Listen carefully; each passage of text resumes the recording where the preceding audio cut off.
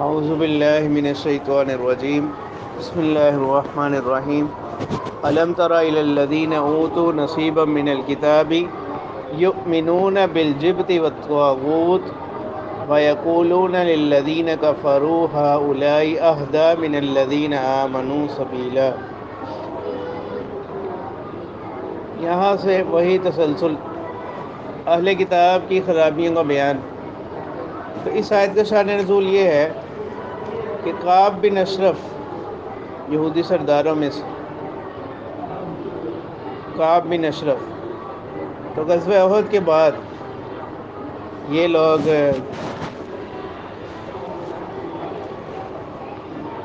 مکہ مکرمہ گئے ہوئے تھے، وہاں مشرکین کے ساتھ انہوں نے مل کر اسلام کے خلاف منصوبے بناتے رہے۔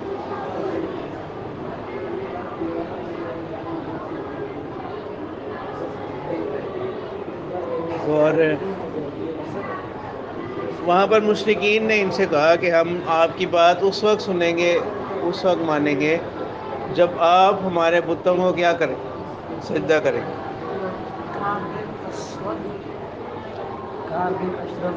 تو ان لوگوں نے ان کے بتوں کو سجدہ کیا، باوجود یہ کہ خود اہل کتاب تھے۔ پھر مشرکین میں سے بعض لوگوں نے ان سے کہا کہ آپ لوگ تو اہل کتاب ہیں، آپ کے پاس آسمانی کتاب ہے، ہمارے پاس تو کوئی کتاب نہیں ہے، تو ہمیں یہ بتائیں کہ محمد صلی اللہ علیہ وسلم جنہوں نے ہمارے آباء و اجداد کے دین کو چھوڑ دیا اور نیا دین اختیار کر لیا، ہمارا دین زیادہ بہتر ہے یا ان کا دین بہتر ہے؟ تو انہوں نے کہا کہ آپ لوگوں کا جو دین ہے وہ بہتر ہے، وہ زیادہ بہتر ہے۔ پھر اس کے بعد ان لوگوں نے وہاں جا کر بیت اللہ کے غلاف کو پکڑ کر ان لوگوں نے بڑی پکی قسمیں کھائیں اور بڑے عہد کیے کہ ہم اب مل کر مسلمانوں کا کیا کریں گے، مقابلہ کریں گے۔ تو یہ غزوہ احد کے بعد ہوا یہ معاملہ، اور یہی چیز سبب بنی غزوہ احزاب کا۔ تو اس سے معلوم یہ ہوا، اس موقع پر پھر یہ آیات نازل ہوئی۔ اس سے معلوم یہ ہوا کہ محض کسی کے پاس علم کا آ جانا یہ کافی نہیں۔ یہودی لوگ جو تھے یہ اہل کتاب تھے، علم کے ساتھ ساتھ عمل کا ہونا اور ہدایت کا ہونا ضروری، عمل اور ہدایت کا ہونا ضروری ہے۔ تو اس سے یہ بھی معلوم ہوتا ہے کہ نفسانی خواہشات کی جو پیروی ہے یہ انسان کو کس حد تک گمراہی میں لے جاتی ہے، کہ انہوں نے صرف اپنی نفسانی خواہشات کی پیروی کرتے ہوئے، ان کے پیچھے چلتے ہوئے آپ صلی اللہ علیہ وسلم اور ان کے دین کی کیا کی، تکذیب کی، باوجود یہ کہ یہ جانتے بھی تھے کہ یہ کیا دین برحق۔ اور پھر یہیں تک بس نہیں ہوئی، یہ اپنی گمراہی میں اس حد تک بڑھ گئے کہ انہوں نے کیا کر لیا، بتوں کو سجدہ بھی کر لیا۔ تو اب اسی کو ان آیات میں بیان کیا جا رہا ہے، الم تر الی الذین اوتوا نصیبا من الکتاب، کیا آپ نے نہیں دیکھا ان لوگوں کی طرف جنہیں کتاب میں سے حصہ دیا گیا، یؤمنون بالجبت والطاغوت، کہ وہ یقین رکھتے ہیں بتوں پر اور شیاطین پر، وَيَقُولُونَ لِلَّذِينَ كَفَرُوا، اور وہ کہتے ہیں ان لوگوں سے جو کافر ہیں، هَؤُلَاءِ أَهْدَىٰ مِنَ الَّذِينَ آمَنُوا سَبِيلًا، کہ یہ لوگ زیادہ ہدایت والے ہیں بنسبت کس کے، ایمان والوں سے، راستے کے اعتبار سے، طریقے کے اعتبار سے یہ لوگ زیادہ ہدایت پر ہیں۔ تو جبت اور طاغوت سے کیا مراد ہے؟ ایک تفسیر تو یہ کہ جبت سے مراد جادو، اور طاغوت سے مراد ہے جادوگر۔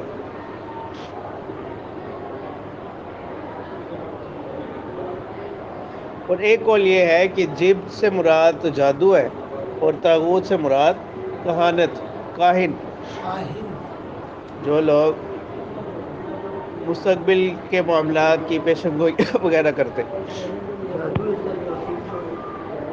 کہانت، طاغوت سے مراد کہانت.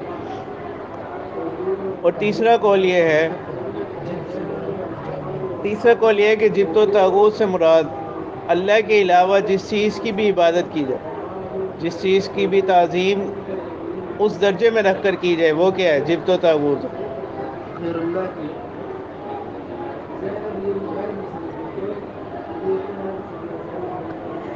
کی تعظیم کی.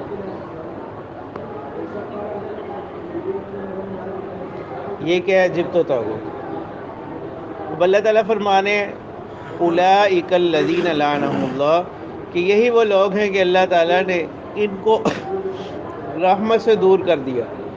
اور وَمَن یلعن اللہ فلن تجد لہ نصیرا، جس کو اللہ تعالیٰ اپنی رحمت سے دور کر دیں آپ اس کے لیے کوئی مددگار نہ پائیں گے.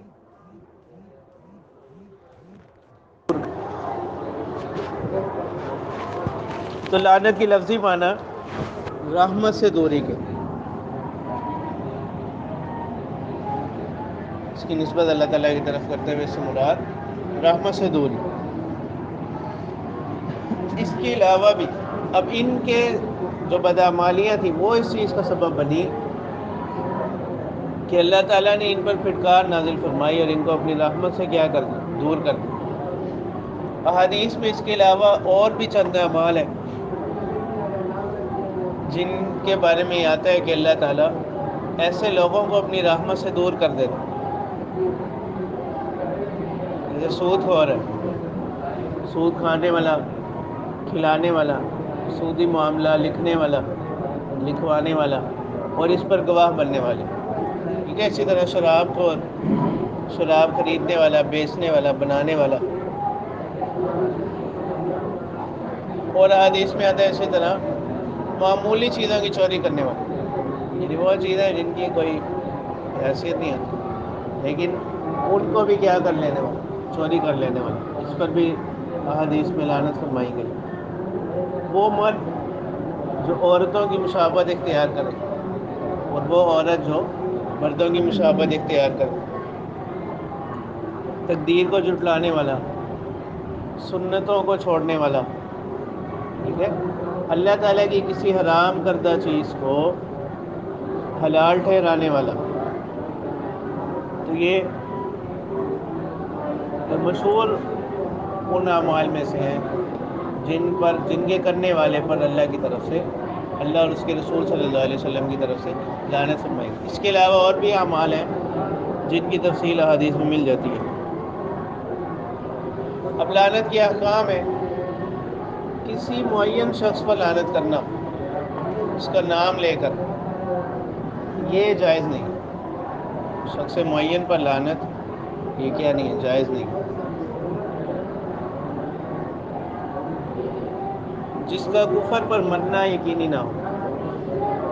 البتہ اگر کوئی ایسا شخص ہے جس کا کفر پر مرنا یقینی ہے اور اس کے اعمال بھی ایسے ہیں، اس پر اس کا نام لے کر کیا کیا جا سکتا ہے؟ لعنت کی جا سکتی ہے. ورنہ عام ضابطہ اس کے بارے میں یہی ہے جو بتلاتے ہیں کہ کسی معین شخص پر لعنت کرنا یہ کیا نہیں ہے؟ جائز نہیں. پھر خاص طور پر وہ جب کہ وہ کیا مسلمان بھی ہو. اس لیے حدیث مبارکہ میں آتا ہے نا کہ مومن جو ہے وہ کیا نہیں ہوتا؟ طعنہ بازی کرنے والا اور دوسروں پر لعنت ملامت کرنے والا نہیں ہوتا. اور حدیث میں بات آتی ہے کہ جس وقت کوئی شخص کسی پر لعنت کرتا ہے تو وہ لعنت پہلے آسمانوں کی طرف جاتی ہے. آسمان کے دروازے اس پر کیا کر دیے جاتے ہیں؟ بند کر دیے. پھر وہ زمین کی طرف آتی ہے تو زمین بھی اس پر کیا کر دی جاتی ہے؟ بند کر دی جاتی ہے. پھر اسی طرح وہ دائمہ جاتی ہے. اور پھر جس شخص پر لعنت کی جاتی ہے اس کے پاس جاتی ہے. اگر تو وہ اس کا کیا ہو؟ اہل ہو، اس تک پہنچ جائے. اگر وہ اس کا اہل نہ ہو تو پھر وہ لعنت کرنے والے کی طرف واپس لوٹ آتے ہیں۔ تو یہ اتنا سخت عمل ہے، اس سے اجتناب کرنا چاہیے۔ ام لہم نصیب من الملک فَإِذَا لَا يُؤْتُونَ النَّاسَ نَقِيرًا۔ اب یہاں سے ان کے بخل کو بیان کر رہے ہیں۔ اہل کتاب جو ہیں، اب یعنی یہ لوگ یہ سمجھتے تھے کہ نبوت جو ہے یہ کیا ہے، نبوت اور سرداری یہ کس میں ہے؟ بنی اسرائیل میں۔ تو جس وقت یہ وہاں سے نکل کر بنی اسماعیل میں چلی گئی، اس وجہ سے یہ کیا ہو گئے؟ دشمن ہو گئے، اور انہوں نے ایمان کو قبول نہیں کیا، آپ صلی اللہ علیہ وسلم کی دعوت پر ایمان نہیں لے کر آئے۔ حالانکہ شام کو چھوڑ کر مدینہ کی بستی میں آنے کا ایک بڑا سبب ان کا یہی چیز تھی۔ یہ اسی وجہ سے وہاں آ کر جمع ہوئے تھے کہ جو آخری نبی ہوں گے وہ اس جگہ پر آ کر کیا کریں گے؟ ہجرت کریں گے۔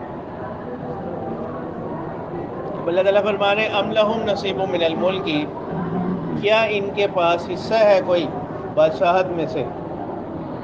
فَإِذَا لَا يُؤْتُونَ النَّاسَ نَقِيرًا، کہ یہ اس میں سے لوگوں کو نہیں دیں گے نقیراً، معمولی سی جگہ، کہ یہ اس میں سے ذرا سا بھی کسی کو دینے کے لیے کیا نہیں ہے؟ تیار نہیں ہے۔ کیا ام یحسدون الناس علی ما آتاہم اللہ من فضلہ، یا یہ حسد کرتے ہیں لوگوں پر اس چیز میں جو اللہ نے ان کو عطا کیا اپنے فضل سے، یعنی جو آپ صلی اللہ علیہ وسلم کو نبوت اور سرداری عطا ہوئی ہے وہ اللہ تعالیٰ نے اپنے فضل سے کیا کی ہے؟ عطا کی ہے۔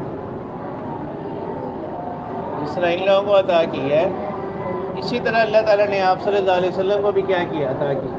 تو اپنی نبوت اور سرداری پر یہ کیا کرتے ہیں؟ دوسروں کے لیے حسد کرتے ہیں۔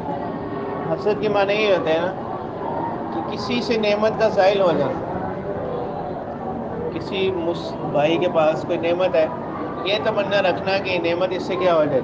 زائل ہو جائے، اس سے چلی جائے اور میرے پاس آ جائے، یہ حسد ہے۔ اور یہ کیا ہے؟ یہ انتہائی مہلک، ہلاک کر دینے والی باطنی بیماریوں میں سے ایک چیز حسد ہے۔